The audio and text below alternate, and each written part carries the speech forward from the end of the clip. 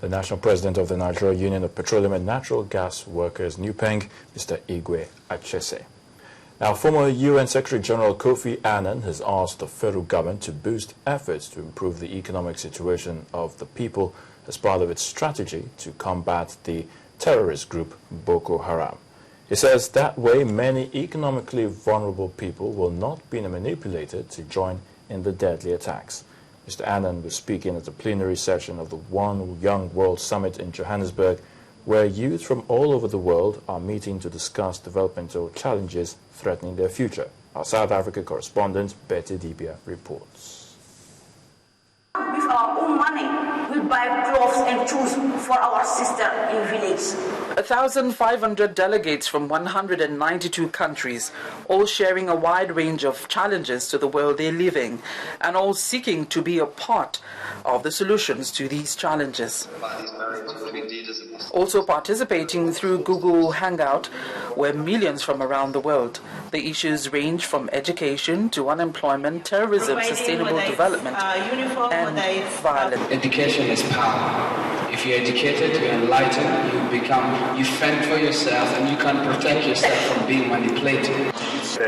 At the center of the second general plenary was the former UN Secretary General Kofi Annan, who encouraged the youth to sustain the efforts they're making to change the world for the better.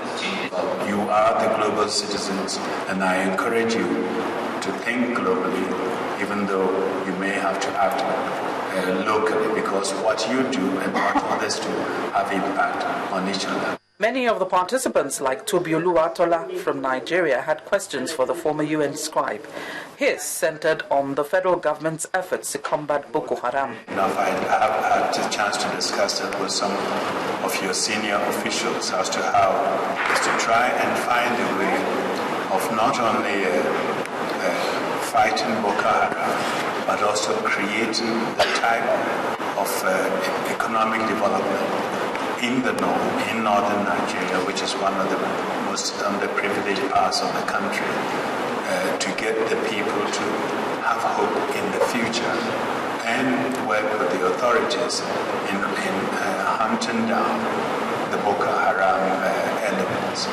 Often it's not that poor people are prone to terrorism, but people exploit their situation to get into terrorist activities and also are able to intimidate them not to share what they know with the security forces.